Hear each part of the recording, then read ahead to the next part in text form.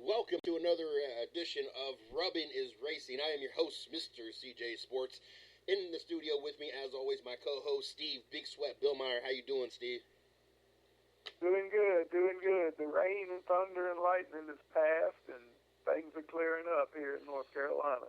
Well, yeah. It might be clear in your side of North Carolina. I just posted pictures on Facebook. If you're friends with my personal account, you're about to see some amazing pictures of the sky. As I was driving over from Shorty's house over to come back to the studio, there was it's not so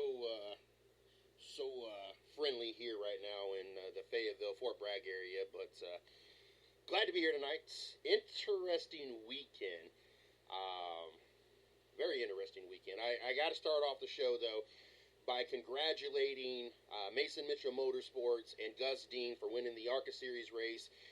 We've had Gus Dean on the 110 Nation Sports Show right before, I want to say Daytona, when he ran for them at Triple M. And, of course, we had Mason Mitchell on last week in the middle of the week. I want to say it was like Tuesday night that he was on the show as well. So I got to congratulate those guys over there. Mason is a great young guy, a great young man to be part of the NASCAR and the ARCA Series, and I'm glad that we've had him on the show many times, and I'm glad to see his organization continue to grow and do good things. So I got to congratulate those guys over there. Talladega.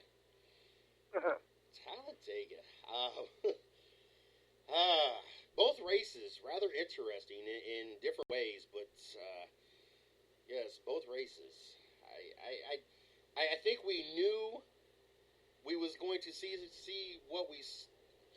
I'm not gonna say I think we knew we was going to see what we saw. I think we seen more than I think we all really expected to see this weekend. Was it a little bit more than you thought it was going to be? Yeah, definitely so. I didn't expect to see that many large wrecks on Sunday, and the finish on Saturday in the Xfinity Series race was pretty interesting, I thought. Oh, yeah. So that kept the excitement up for Sunday, but it's just a lot going on down there all weekend long, and it was pretty climactic what went on in Sunday's race. And now everybody on Monday is applauding the race and how great it was and interesting it was and yada, yada, yada. But, you know, they were interested because there were wrecks. You know, I mean, that's not really the reason I'd be a race fan, is just to see wrecks. I liked a lot more of what's going on, and there was a lot more going on than what was talked about the whole week down there in Talladega, really. Now, speaking of Saturday's race, I guess I was kind of butthurt how that finished, because I understand they threw the caution quick because Joey Logano's car was being bounced around like a pinball, and I understand that. I guess I let my fanship get the better of me. I've had the opportunity to go to the Chip Ganassi events. I've had the opportunity to meet Brendan Poole. It was one of those things I wanted to see this driver win a race, be successful, and have this opportunity to kind of get that off his back. Versus, and you might have a different opinion of Elliott Sadler, but Elliott Sadler is nothing more than an Xfinity Series driver. I have never been a fan of him. He's never impressed me. Sprint Cup, there are certain drivers that I don't feel that are Sprint Cup drivers. They're nothing more than simply Xfinity Series or truck drivers. And that's where I'm at with Elliott Sadler. As a matter of fact, I think the last time that I recall him even being in a Sprint Cup race, it was Daytona. In the first lap or two, he ended up causing a wreck. And I think that was the last time he was even in the Sprint Cup Series race. And I remember that because I was sitting there thinking, having the same thoughts. I understand that NASCAR got the call right. I am just not big. I guess I wasn't big on it because I was really hoping Brendan Poole would win the race. And I was hoping they'll be able to race back to the start-finish line. And I wish there was a way that it would have happened that way, but I also understand at the same time, Joey Logano's, he was being bounced around and hit pretty hard out there, and they had to get those cars slowed down before it got even possibly worse, or he, bounced into something and really caused some injuries. Did you feel that NASCAR handled how that race ended properly? Is there anything you think they should have done differently? Well, what was your thoughts when having an opportunity to see who finally won the race, seeing the replay, and have an opportunity to kind of really think about it? I think that's where I folded. I got on Facebook, and I didn't have a time to kind of step back for a minute. And then once I did, I realized that it was in the best interest of the sport, in my opinion anyway, that they got the call right, and they threw the caution when they should have. What was your thoughts on that, Steve? They got the call right. I mean, that's definitely the way all the rules read and everything was, Sadler should have been declared the winner, but on the other hand, how do you take away a win from the guy that's the first one to cross the start-finish line on the last lap? I mean, how do you justify taking that win away, regardless really of what's happening on the track? And I think that with NASCAR's wishy-washiness and electing to enforce some rules a lot more than they enforce some other rules.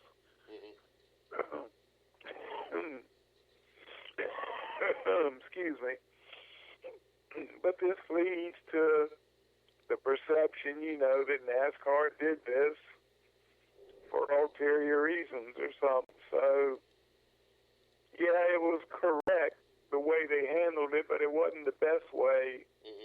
I don't think they could have handled it. I think they definitely need to review it and figure out something so this doesn't happen in the future. You just can't take the win away from the guy that was the first across the start-finish line. I just don't see it. And I agree, but I don't know. I think if NASCAR was more consistent, I don't think that it ever would have been a conversation, but because of the inconsistency, and I think it dates all the way back to when we watched Kevin Harvick and Mark Martin come down to the Daytona and when the caution flag should have been thrown and everything else. I think ever since then, that has been one of the biggest topics is the consistency, especially when the caution flag is when it should be thrown and how long they should wait and everything else. And like I said, I feel, in my opinion, NASCAR got it right. Joey Logano took some pretty hard hits with those cars coming through the, come through the trial or whatever, and come back to the start-finish line. So, I understood, but I think that's what's getting NASCAR is the consistency. And, of course, that's something everybody talks about, and we beat into the ground is consistency.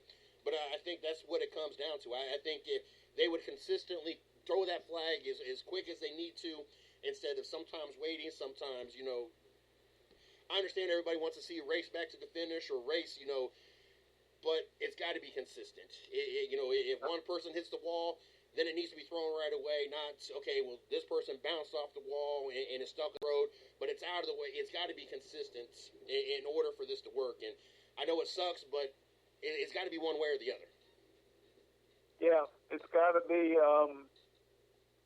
the same every time. Like you said, it's got to be consistent.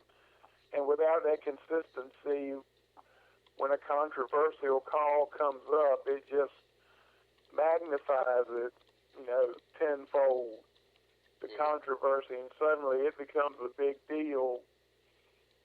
And it goes from being, oh, well, that's the way the racing is, to WTF, they want to know what's going on, and why all of a sudden are you doing this and doing that? So consistency is the key, and that's something NASCAR doesn't have a reputation of. Now, going into Sunday's race, and I think he made the best decision he probably could have made, especially after seeing the wrecks that we saw, was the Tony Stewart pulling out of the car as at the first caution and let Ty Dillon go in, and then working on that all weekend long.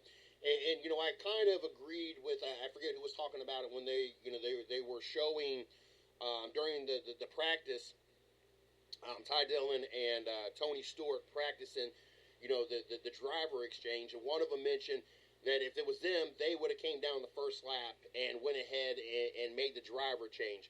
So my question to you is, okay, did they do it the right way, knowing the severity or the possibility of the severity if Tony Stewart would have got wrapped up into an early wreck, especially those first few laps, and everybody feels like Superman out there? What was it? Was it smarter for them to wait for that first caution, or should they went down that first lap or went down pit road that first lap, so he got credit for starting the race, then let Ty Dillon work his way through? Obviously, it worked out in their favor how they did it, but I'm more concerned about the reason why he got out of the car. You waited 53 laps, and that opportunity of what you were trying to avoid could have happened in those first 53 laps, especially the way the rest of the race went. And then also, how difficult is it to make this exchange? Like, it just seems that there is a lot going on. Did you guys ever have to experience anything like that? Did you guys, when you were crew chief, and did you guys ever practice anything like that? How difficult is it for them to get in and out of those cars as quick as they got to? With the full containment type seats they've got now, it's very difficult to get in and out of that seat quickly. The way they handled the whole situation, I think, was totally wrong. Why wait 53 laps to suddenly decide, well, I need to avoid getting my driver hurt? Mm-hmm. Maybe, he needs to come in. I mean, what was your mindset the first 52 laps? Yeah. Why did he stay out there that long? Well, the reason he stayed out there that long, and this has been a constant problem for the 14 car, is the driver is the boss. You go to any other race team, the crew chief is the boss. Mm-hmm. He makes the final decisions, but not on the 14 car, because Tony Stewart signs the check, so he can overrule mm-hmm. What the crew chief wants to do and do what he wants to do, and I think that's why he stayed out 53 laps. He just wanted to prove something. The smart move would have been do it on the first lap. The cars have got to come up speed, so that's going to be a slower lap than any other green flag lap they're going to run. So you've got the extra time. Go ahead, get in, mm-hmm. get it over with, and then start racing from where you're at, instead of waiting for the first caution and taking a chance on you being the first caution. Oh, yeah. And on top of that, if you go lap down, you're the only one to lap down at this point, so you're going to get the lucky dog. So I mean, I just thought that I just think it kind of defeated the purpose. You're pulling him out because of his prior injury to his back and what the severity it could be. But yet you wait into that first caution. You let him go about a quarter of the race, and like that just. I just left me scratching my head on that. I just didn't know, or I just didn't. It didn't make sense to me. But it went smooth, and Ty Dillon had a good race. He stayed out of trouble and got back up through the crowd, back up through the field, and just did a great job. Both the Dillon boys. Austin got entangled up in that earlier wreck and ended up finishing third. Had a great day, and I have a customer that comes in, and he happened to have 8 and 3, which. Second and third, I mean, he almost got there. He had any car that finishes an 8 and any car that finishes with the number 3. And as I told him, I'm not a big Austin Dillon fan, but Austin Dillon and that number 3 in RCR, they're starting to go in the right direction. More specifically, Austin Dillon.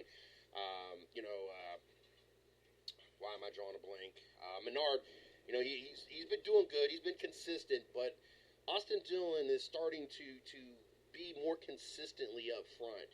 And I don't know exactly what over there is clicking, but something is finally clicking for that team. And I told him, that I wouldn't count on Austin Dillon winning at Talladega. I just wouldn't. And he did a great job from recovering from the incident he got wrapped up into earlier in the race. Yeah, I don't. Austin Dillon is the driving force right now at RCR. You would expect it to be a race winner and proven racer Ryan Newman. But Newman's pretty much just been a field filler so far this year. So there's not a lot of leadership ability there. I think the fact that everybody knows that, hey, Austin's going to be here forever and a day, so we might as well get used to working with him. I think that mindset is what's pushed them in the few years it's taken them to get this far, and now the rewards are starting to show off. Show up rather. And I wouldn't be surprised to see him win at a track other than a super speedway. I think he's quite capable of winning. Oh, yeah. With everything, with all the right pieces put together and everything. I don't agree with Ty Dillon being in the 14 car, even though he did finish 6th. I think the better choice would have been to put Brian Vickers in that car, especially since Vickers does have a victory at Talladega, as controversial as it may be. Yes. He still won there, so you can't take that away from him. And you know, I think he would be a better fit and a better chance of winning. But on the other hand, money talks, and amazingly enough, Bass Pro Shop sponsors Smoke's car and sponsors Ty Dillon's car too. So I kind of see how that choice was made too, but I still think Brian Vickers would have been the better choice. I tell you what, Bass Pro spent a lot of money this weekend. They're on Martin Truex car, Yeah. Tony Stewart car, and I'm sure that Ty Dillon is still getting some money out of with that being a sponsor, even though it wasn't technically his car. So I tell you what, Bass Pro was all in this weekend, especially. Couple different conflicts, and then we'll talk about these wrecks. I think it's been a while since we've seen so many cars flip, and Matt Kenseth and the way his car slid down the wall and everything else. It was kind of a crazy afternoon. First controversy: are we about to see round 2 of Matt Kenseth and Joey Logano? Or did NASCAR fear them, or put enough fear in them last year with the 2-race suspension that they'll squash this? What do you think? Is this going to escalate, or is what we saw on TV with Matt Kenseth running his mouth to Logano before his interview? Is that going to be the end of it for at least now, anyway? I think NASCAR is going to let it build to a certain level before they step in and cut things off, because it is keeping NASCAR in the news and in the sport headlines on Monday, so that's always a good thing. I'm sure NASCAR is going to try to milk this for everything they can get.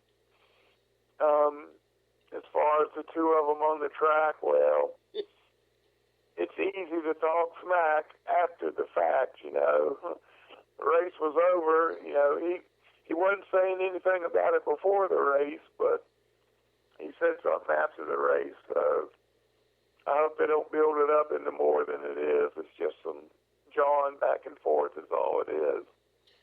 And the other somewhat controversy going on, or conflict, and I hate to even say this because you're talking about a champion of the sports, and then you're talking about somebody that only finished 11th place because it's a super speedway, and I don't think will ever legitimately have a shot of a top 5 or even a win in Landon Castle and Kevin Harvick. But they seem to have rubbed each other wrong this weekend. Kevin Harvick, does he even lose a swallow of water in this whole thing, or is Landon Castle going to be a bug that is just going to bug him after this last weekend? Well, who hadn't rubbed Kevin Harvick the wrong way?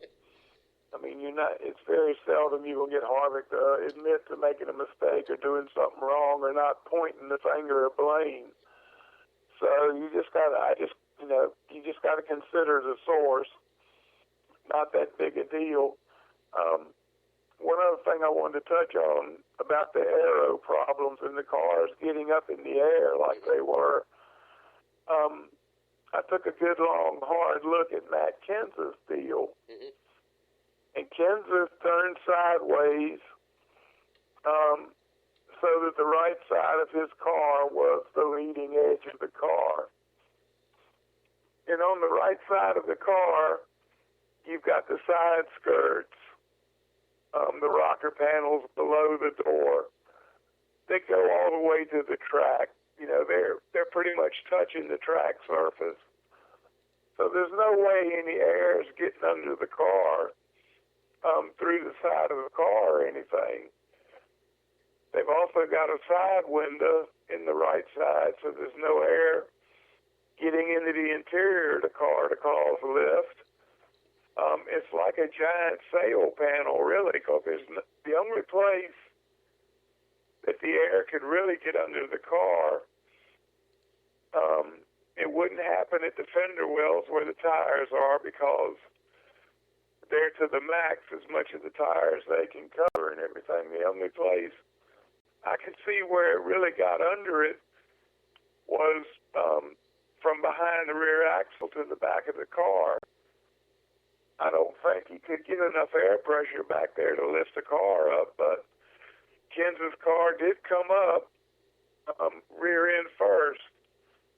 So that's what got me looking at that. And with all these cars, you know, getting up in the air like that, it kind of makes you wonder, where is NASCAR going to draw the line? Because you can see by yesterday that there's a catastrophe waiting to happen, like what happened in Daytona in the Xfinity Series race a couple of years ago. So, you know, I think NASCAR is going to have to do something about it. But I don't know what. How do you take away from what Talladega is? And for that matter, how do you take away from Talladega to make the racing safer and not take the same thing away from Daytona, including the Daytona 500, and risk hurting that race's reputation? So NASCAR's got their work cut out for them fixing this problem, but it's become a problem that needs to be fixed. Now, I noticed when, who was that? Chris Buescher had flipped. They kept bringing up the fact that his roof flaps never came up. Every replay I saw, his car never actually turned around to the point that the roof flap should have ever came up. Like, even when he flipped, it was still at an angle that the car was still pointed somewhat in the forward direction. It was never turned around enough.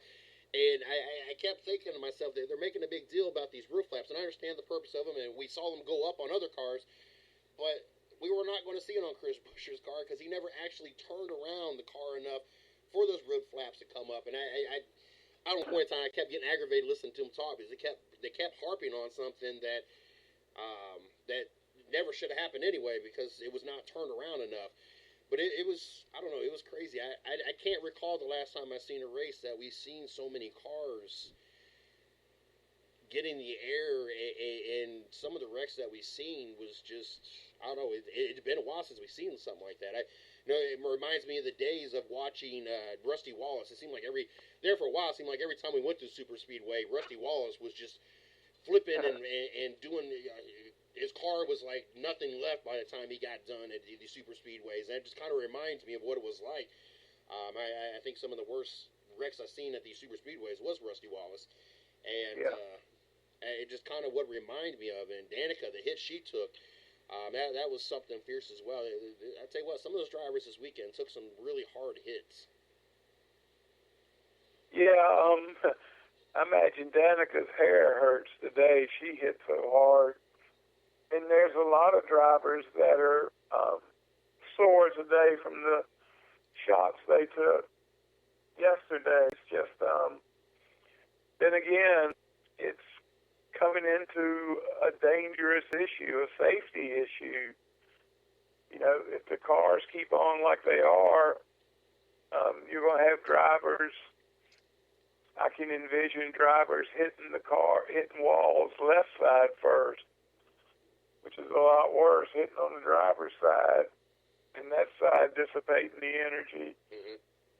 Or cars getting up on the door, in the air, and hitting the wall roof first, like Jimmie Johnson and J.D. McDuffie did at Watkins Glen. I mean, this stuff happens, and for it to happen at 200 miles an hour makes it just catastrophic. And I think, you know, this goes along with the cars getting airborne. The impact they have are just something else that NASCAR needs to address in super speedway racing. Mm-hmm. You know, I don't know how they would do it. They could always level the banking out and make it flat like Pocono, where you'd have to throttle and brake to get through the corners, but nobody's going to want to watch a Pocono race on an oval track. It just wouldn't work. So that's not a solution. NASCAR really needs to take a long, hard look at it and the direction things are going. Yeah, and I agree. And I forget what driver it was. One of them, they hit the driver's side. They like slammed the side of, that side of the car into the wall. And I felt bad. Like they had to feel that. But I can only imagine what it was like for Matt Kenseth to be upside down and sliding the way he was on the wall, on the inside wall. That had to be something like, oh my God, this is just stop. I just imagine that being his thought process. Just car, just stop. Please, just stop. Because especially upside down, all you see is the wall, and you're on it, stuck to it. You have no idea who's going to hit you, what's going on, everything else. So I couldn't imagine. Another interesting thing this weekend, and I didn't know this was a thing, but it's twice this year it's happened. Was this ever, maybe you can clue me in, because I had this conversation with someone that hadn't watched NASCAR, had an opportunity to stay at the house and sit with somebody that's not watched a lot of NASCAR recently. And we watched Dale Jr. and the steering wheel come off, and he was asking about this. As far as I know of, I can't remember, except for Jimmie Johnson this year as well, we having this type of issue, but this is twice in a year that we've seen the steering wheel come off these cars. Has this been an issue I just didn't pay attention to before? Is this something do you ever experience back in your day when you was crew chiefing? And is this just them not paying attention to what the details? Trying to hurry up and get into practice, get into qualifying. I forget what Jimmie Johnson was doing. I don't know if he was qualifying or practicing at that point in time, but I think qualifying. And Dale Jr., was it just them trying to hurry up and get back on the track to accumulate some points? What is going on that all of a sudden these drivers can't keep the steering wheel on the column there? This is something that's really stuck in my mind. With a lot of the things that are background to this story. Number one, you never heard of steering wheels coming off before for the previous 10 years or whatever. It just wasn't a common occurrence, but here it happens to a driver who's 40 years old and has spent 40 years around stock car racing.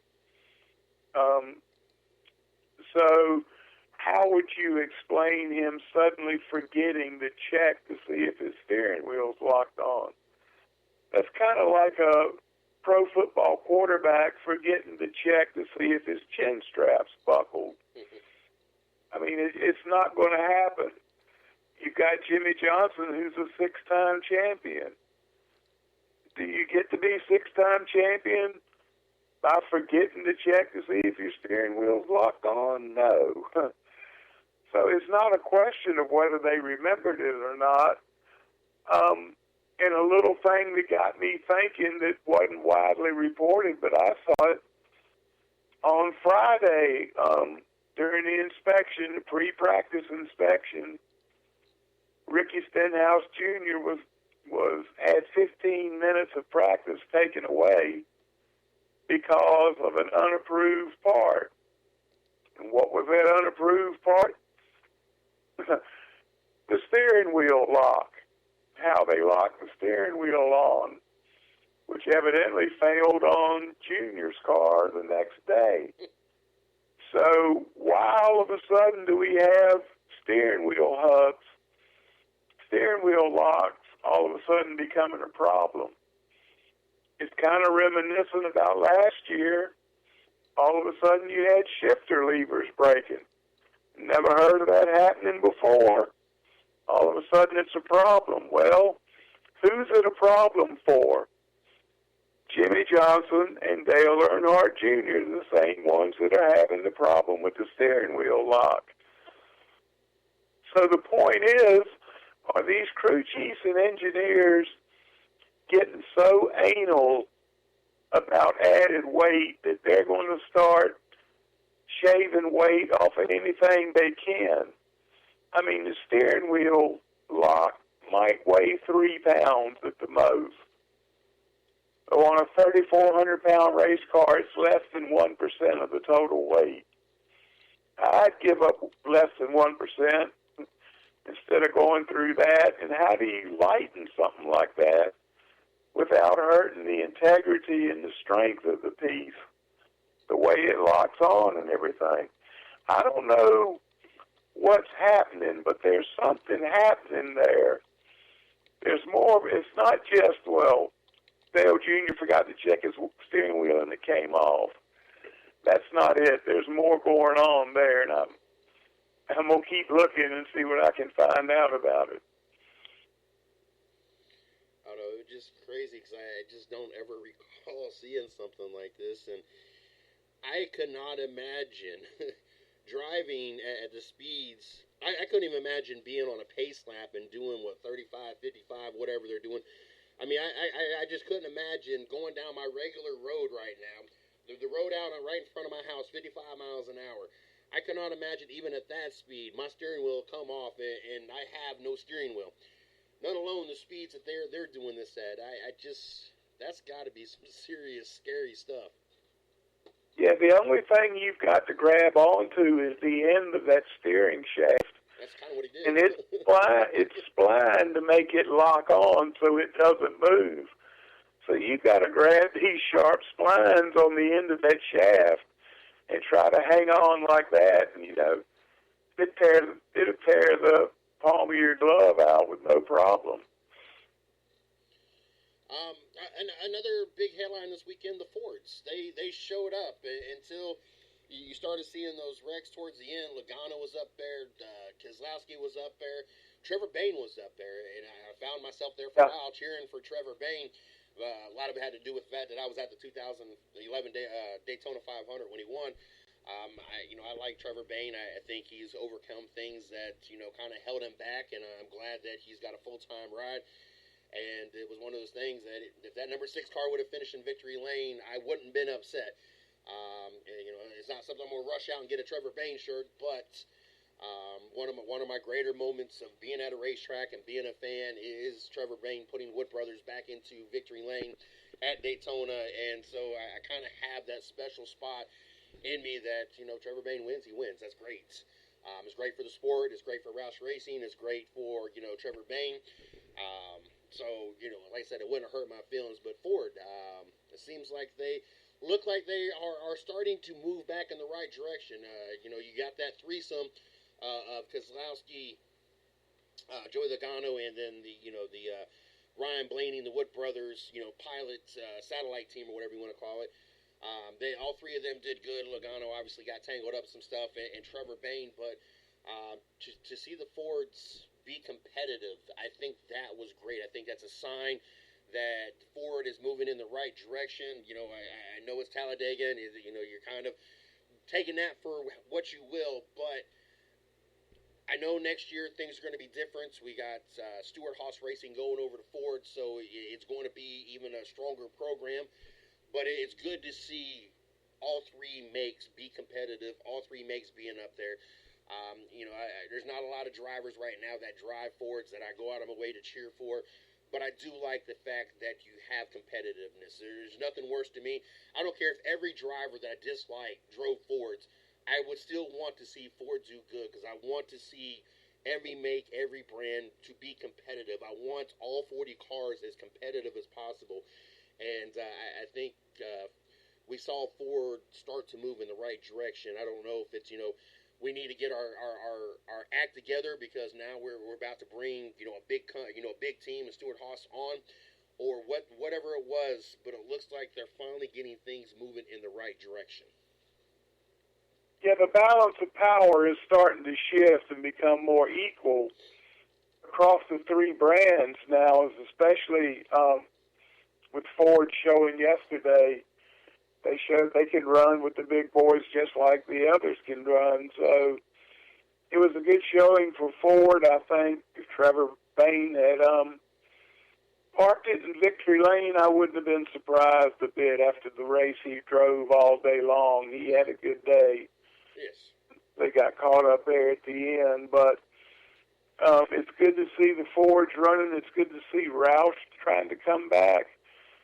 The question on my mind is how much of it is an improvement on Ford's part, and how much of it is Joe Gibbs Racing taking a nosedive in the Toyotas. I mean, Joe Gibbs Racing's Denny Hamlin won the Daytona 500, the previous super speedway race. Mm-hmm. And they come to Talladega and they just sucked eggs yesterday. I mean, they were there, but they really weren't in contention to win. And, why would that be? Is it because the three cars that are already in the chase, are they experimenting on stuff for Matt Kenseth to help him get in the chase? Or did they just have a game plan that wasn't working and they stuck to the game plan, but they, I don't know, might have stuck to it too long. I don't know, but it'll kind of be interesting to see how they bounce back at Kansas and, of course, how they bounce back at Daytona for July. Now, I did have a message come in. I want to say this real quick, and then I want to make a comment about Joe Gibbs Racing. The comment came in, you always had teams trying to cut corners to gain an advantage in NASCAR, but never at the expense of driver safety like this year. And they're talking about the lug nuts, the steering wheel, and etc., which is a great point. It seems like this year, even though as much as NASCAR is about safety and the drivers talk about safety, it just seems like a lot of corners are being cut this year. And it seems like safety is not priority one right now. It's cutting those corners and getting into that chase. And I think that teams are, I think NASCAR, well, not NASCAR, but I think the teams and the team owners, they need to refocus what is most important. I know winning a championship and winning races is very important, but if your driver don't live to see the next race, it's really all for nothing. And I don't like the fact that there's so many corners are being cut and we're seeing safety issues come up. But is it possible? Let me comment on that. The one thing that I'm worried about with cutting corners and trying to shave weight and everything, trying to make your pit stops faster, I'm surprised it hadn't come out that teams are machining half the threads out of the lug nuts that they use. So instead of the lug nut having to spin 6 times around the stud to get all 6 threads on, if you machine half of them out, it's only got to spin 3 times to get all of them, to get it tight. So you can save time there. And you add up 5 lug nuts and you can save even more time there, but at what expense? How safe is it? In theory, a steel bolt with a steel nut should be able to hold its total weight, total braking strength with just 1 thread. 1 thread should be enough to hold it. So I can see that in theory, but can you imagine what would happen if some team decided to take some of the threads out of the lug nuts, especially at a track like Bristol or Talladega where there's so much side force on the right side wheels? With the Joe Gibbs Racing, what we saw this last weekend is, and I completely agree. You got half your team already in the chase, so a lot of possibility of experimenting. You're kind of out there, testing things for later in the season. You're kind of, I don't know, you're getting to have an opportunity to kind of have fun at the same time. Yeah. What was Joe Gibbs racing? Was it a possibility they just were relaxed? They figured we dominated the last super speedway. We have been dominating every race, up to this point, and we've been winning races left and right. I can't remember who won last weekend, if it was a Joe Gibbs Racing, but I know we had Carl Edwards two races in a row. That might have been the last two races. I can't remember off the top of my head, but yeah. I think Kyle Busch right before that as well. Is it a possibility that they just went in with the attitude that we got this and simply just assumed that they were going to dominate the race like they did at the last super speedway? Is that a possibility, or are these guys too professional and competitive that maybe they just were experimenting? It was an opportune time to have a lay-down race for the teams. With them running so good and winning and everything, you keep building momentum more and more and more each week, and pretty soon you either get burnt out on it or you just reach a plateau where you can't get any higher. And so there's only one way to go, and that's back down. So to me, I don't see it as being a problem for Joe Gibbs Racing. I think it was, like I said, a good time to have a race where you didn't run that good, and that blows off some of the pressure, lets off some steam, and so then that motivates you to go to Kansas and prove that it was a fluke, that you're still capable of being a front runner. Now, I thought this was funny earlier in the weekend. Kenny Wallace tweeted out congratulating Michael Waltrip. I think it was his 60th Talladega, either 60th Talladega or 60th Super. I think it's his 60th Talladega. But a lot of fans out there misunderstood what he said, and they thought it was Michael Waltrip's 60th birthday. So I thought that was rather entertaining. People were like, I thought you was this old, and I saw a bunch of tweets of happy birthday. Thought that was rather entertaining seeing that this weekend. And I saw a name that I wanted to talk about real quick, and then it drew. I want to talk about Brad Keselowski. Kurt Busch and Jimmy Johnson. Jimmy Johnson was not too happy. I think we've seen a lot of cars not line up the way they should have. I think we've seen a few too many incidences where drivers caught the other rear corner panel in the corner versus hitting their cars flush straight on. I thought that was interesting. I thought that was something that by this point everybody pretty much had mastered, and this weekend it just seemed like people were just not connecting right. Brad Keselowski winning the race. I know we're all not fans of burnouts. Brad Keselowski is one of those people to me that gets a free pass. I don't care if he does burnouts, he does donuts. Every time he grabs that American flag and knows what he does with that American flag and where the proceeds go, I give Brad Keselowski a free pass. Brad Keselowski could do anything he wants in that car because of the fact that he does what he does with that flag and what he does with the money from it. But Brad Keselowski ended up being your winner, was out front when the next caution came out. I think we all expected it. I honestly was surprised that it made it as far as it did before they had that last caution to finish the race. Brad had a fast car. It was, I'm not a fan of this whole. Maybe you can enlighten me. I don't know if it's always been like this, but they kept talking about this bubble and the leader getting out in front of this bubble, and that way you can control bouncing from the bottom to the top to the middle and get that push from the other drivers. It's not something I ever recall seeing growing up. It was either you stayed in the top or you stayed on the bottom, and you picked whatever lane you was going to go, and everybody else was going to catch up with you. Now they have this bubble where you get out there, you can go back and forth and stay in front of all three lanes and get that push. And I'm not a big fan of it. Yes, Danica was out front, or Kyle Busch, someone I wanted to win, was out there using it. I would be all for it, cheering for it, but I'm still not a fan of it. What is different? One, has it always been that way? And two, if not, what is different that is making these drivers be able to do this? Have that air pocket out. If you get far enough out ahead, that you can use that to your advantage, and it makes it almost impossible for the second, technically second row of cars, second, third, and fourth, be able to catch the leader.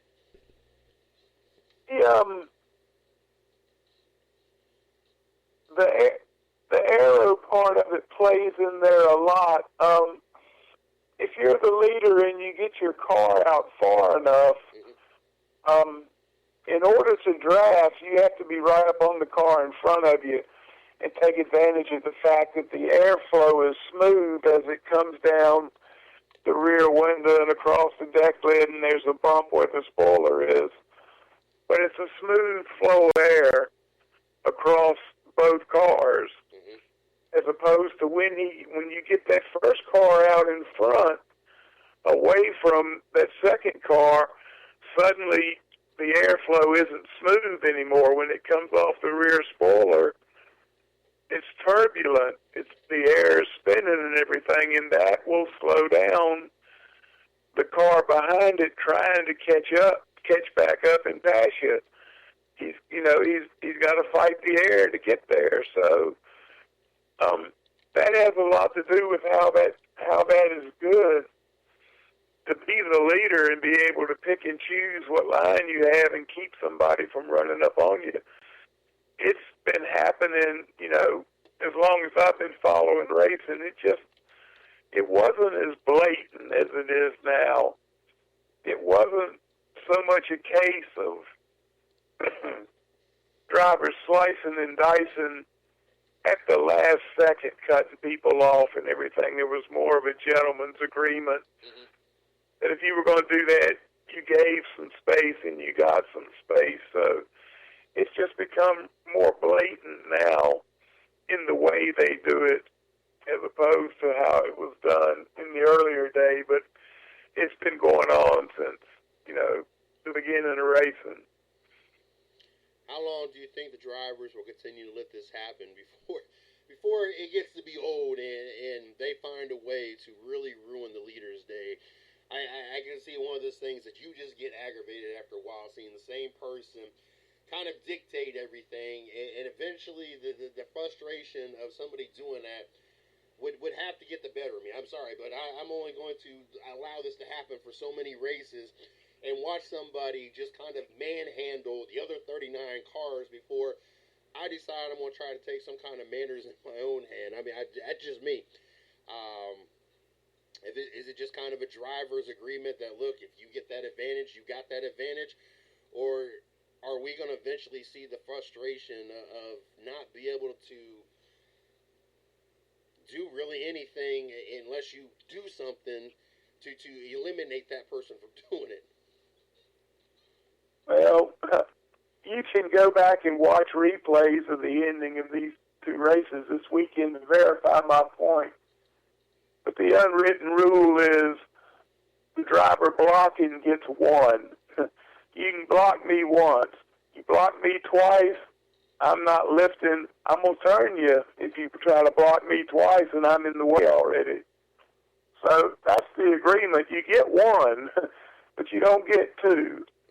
And if you go back and look, it's probably on the second block that Logano or Elliott got turned.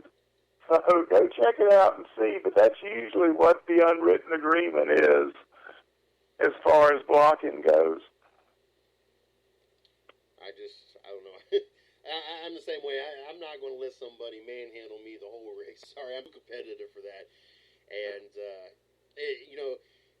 even if it was my favorite driver out front, I'm one of those people. I don't want to see the same thing every time. That's why when I was a Gordon fan back when he was in the Busch Grand National, and then watching him win 13 races in a season or 9 races in a season or whatever he was winning all the time, it just got old. And then I was a Jimmy Johnson fan. Then Jimmy Johnson started doing the same thing. And NASCAR to me is different than a lot of other sports. When we watch the NFL, we got 16 games. We don't have just one race. When you watch the NBA, even now with the playoffs, up until this week, you still got 4 different series going on. So you still got 8 teams. You still got 4 games to watch.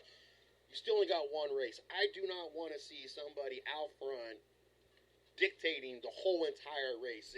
As great as it would be for my driver to be doing it, I don't want to see it. I love super speedways. I love, and not a lot of people like them because of the wild card factor, the restrictor plates, everything that goes into it. I just love them. I just something about the pack racing and them going 200 some odd miles an hour, inches away, with the G forces, the side drafting, the bump drafting, everything that goes into me. That's just exciting to me. And I just don't want to watch one person just go back and forth in front of everybody and just bore. It just bores me. I'm sorry, it just does. Yeah, I know what you mean, and that's a big problem. Another big problem they have at Talladega. It gets downright boring through long stretches of the race, and even more so in the previous races than what we saw yesterday. But I have a solution, as I usually do. So listen up, NASCAR, to what I'm going to say. Take the Talladega weekend, split it into a doubleheader. Instead of running 318 miles or whatever, or laps, run 2 75-lap races. That'll make them run through a pit stop. They'll have to stop for fuel. But that'll cut out a lot of that long, boring stuff going on in the middle of the race. The race isn't going to last, maybe an hour. First race is done. Give them 30 minutes to do anything they need to do to their car before they go back out for the second race. Being a super speedway, NASCAR issues the gear ratio that you can run, the rear shocks, the rear springs. They regulate so much there. There's not a lot you can change to help your handling other than front shocks and front springs. So give them 30 minutes, let them do what they can do within the rules, and let them go back out, run another 75 laps, see what happens there.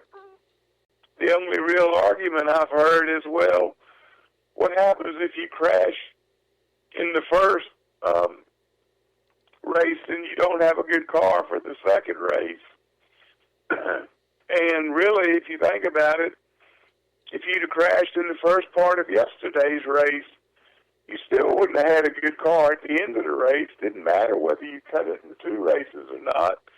The end result's the same. So I haven't really been able to find a downside to this, and I think it would help put butts in the seats, that people would get interested in it instead of having to endure 4 hours of racing, go through an hour's racing, 30-minute break, then another hour's racing, and get out of the sun and go home. Mm-hmm. I could definitely see that. They got to change something up. Yeah. As much as I love the super speedway, 500 miles, it gets to be. It's not Bristol where we're seeing door banging, and it's a little bit different. There's a lot of parts, 2.66 miles. There's just a lot of driving. We see our big ones. We obviously seen a lot of wrecks, but Bristol, we don't necessarily, looking at the wrecks. We're looking at the beating, the banging. They're moving people out of the way. The Bristol, and it's different. Yeah, it would be different, but it's another thing I like about it is you get that 30-minute break between races. Well, that gives the driver 30 minutes to rest and recharge to get him back on his game for that second race, as opposed to a driver that's already drove in that hot environment for 3 hours. He's kind of wore out. Mm-hmm. So you're not going to see as sharp a moves, and you might see more successful moves than crashes. Was there anything else, as we got a few minutes left, was there anything else that I did not touch on that you was wanting to touch on tonight, Steve?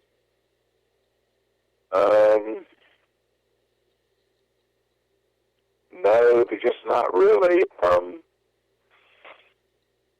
The Chris Buescher deal about the roof flaps, that's, like you said, the car was pointed forward mostly.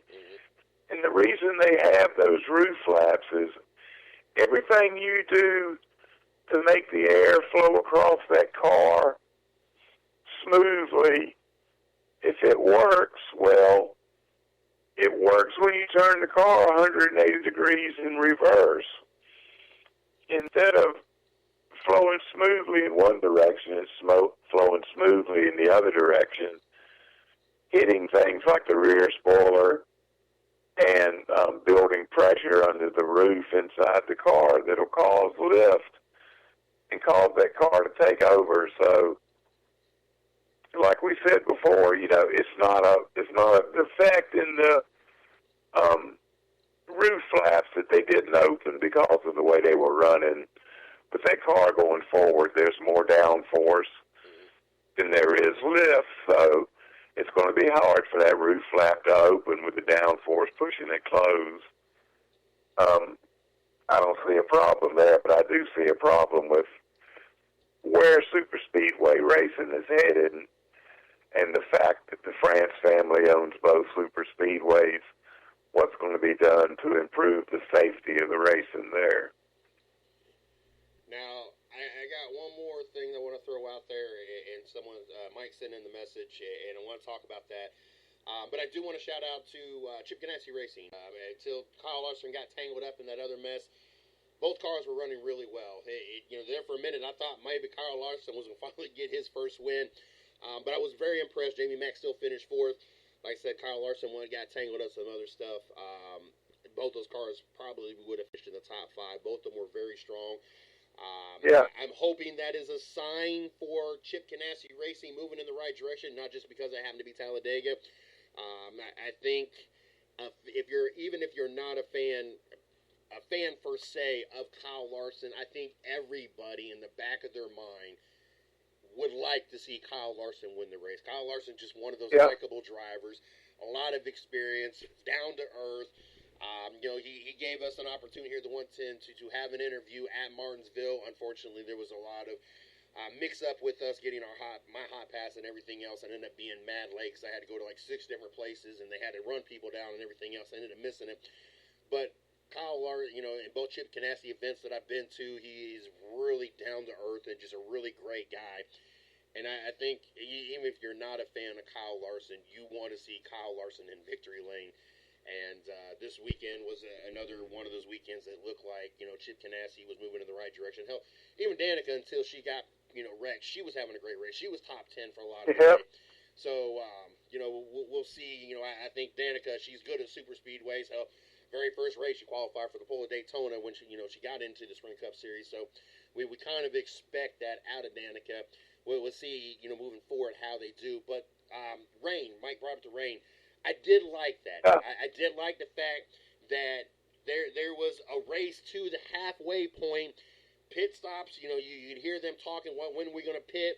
Or we're waiting to rain out. There was a lot of strategy going on, and I think that helped a little bit, at least in the middle of the race, to make things interesting because we weren't sure if we was getting any rain, how that was going to affect everything, and teams were trying to strategize around that. I did like that factor of it.